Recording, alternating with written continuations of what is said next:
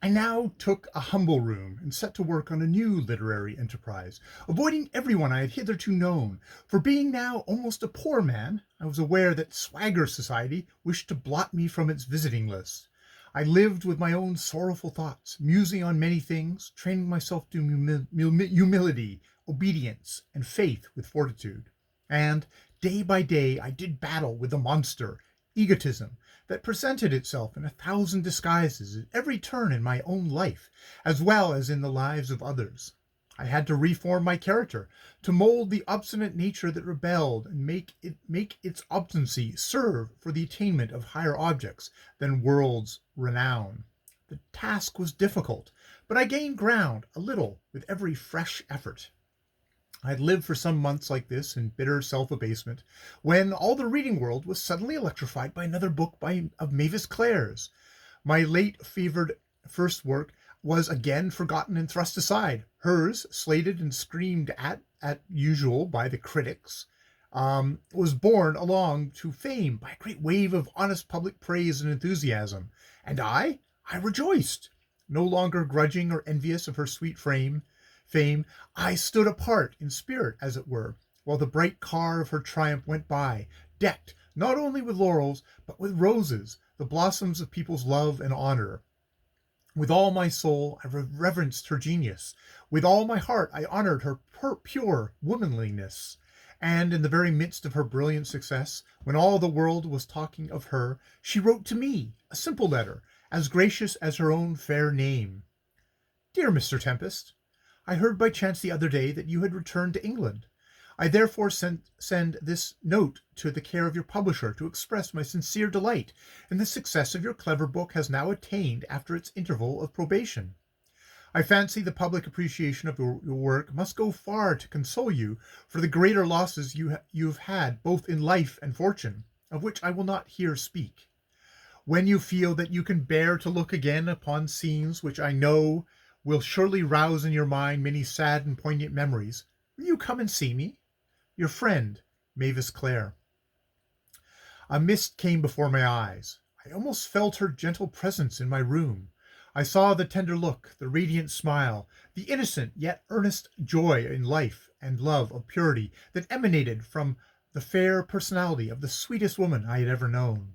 She called herself my friend. It was a privilege of which I felt myself unworthy. I unfolded the letter and put it near my heart to serve me as a talisman. She, of all bright creatures in the world, surely knew the secret of happiness.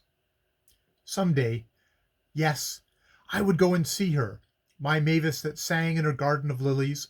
Some day, when I had force and manliness enough to tell her all, save my love for her, for that, I felt, must never be spoken. Self must resist self, and clamor no more at the gate of a forfeited paradise. Some day I would see her, but not for a long time, not till I had, in part at least, worked out my secret expiation. As I sat musing thus, a strange memory came into my brain. I thought I heard a voice resembling my own, which said, "Lift, O lift the shrouded veil, spirit of the city beautiful, for I feel I shall read in your eyes the secret of happiness." A cold shudder ran through me. I sprang up erect, in a kind of horror. Leaning out at my open window, I looked down into the busy street below, and my thoughts reverted to the strange thing I'd seen in the east, the face of the dead Egyptian dancer, uncovered to the light again after 2,000 years, the face of Sybil. Then I remembered the vision of the city beautiful, in which one face had remained veiled, the face I most desired to see, and I trembled more and more as my mind, despite my will, began to weave together links of the past and present, till they seemed growing into one and the same. Was I again to be the prey of evil forces? Did some new danger threaten me? Had I, by some unconscious wicked wish, invited new temptation to assail me? Overcome by my sensations, I left my work and went out into the fresh air. It was late at night, and the moon was shining. I felt for the letter of Mavis. It pressed against my heart, a shield against all vileness. The room I occupied was in a house not far from Westminster Abbey, and I instinctively bent my steps towards that grey old shrine of kings and poets dead. The square around it was almost deserted. I slackened my pace, strolling meditatively along the narrow paved way that forms a shortcut across into the old palace yard, when suddenly a shadow crossed my path, and looking up, I came face to face with Lucio! The same as ever, the perfect impersonation of perfect manhood. His countenance, pale, proud, sorrowful, yet scornful, flashed upon me like a star. He looked full at me, and a questioning smile rested on his lips. My heart almost stopped beating. I drew a quick, sharp breath. Again I felt for the letter of Mavis, and then, meeting his gaze fixedly and straightly in my turn, I moved slowly on in silence. He understood. His eyes flashed with jewel-like strange brilliancy I knew so well, and so well remembered, and drawing back he stood aside, and let me pass. I continued my walk steadily, though dazed like one in a dream, till reaching the shadowed side of the street opposite the Houses of Parliament, I stopped for a moment to recover my startled senses. There again I saw him, the superb man's form, the angel's face, the haunting, splendid, sorrowful eyes. He came with his usual ease and grace of step into the full moonlight and paused, apparently waiting for someone. For me? Ah, no! I kept the name of God upon my lips.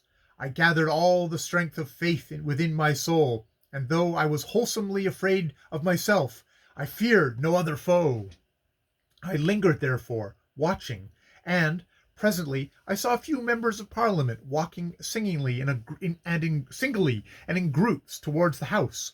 One or two greeted the tall dark figure as a friend and familiar, and others knew him not. Still he waited on, and so did I.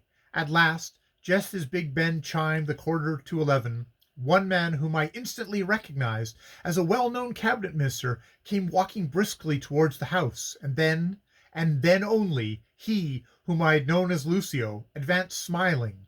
Greeting the minister cordially, in that musical rich voice I knew of old, he took his arm, and they both walked on slowly, talking earnestly. I watched them till their figures receded in the moonlight, the one tall, kingly and commanding, the other burly and broad and sultan-assertive in demeanour. I saw them ascend the steps, and finally disappear within the house of England's imperial government, devil and man together. End of chapter 42 of The Srrws of Satan and the End of Srrws of Satan by Marie Corelli.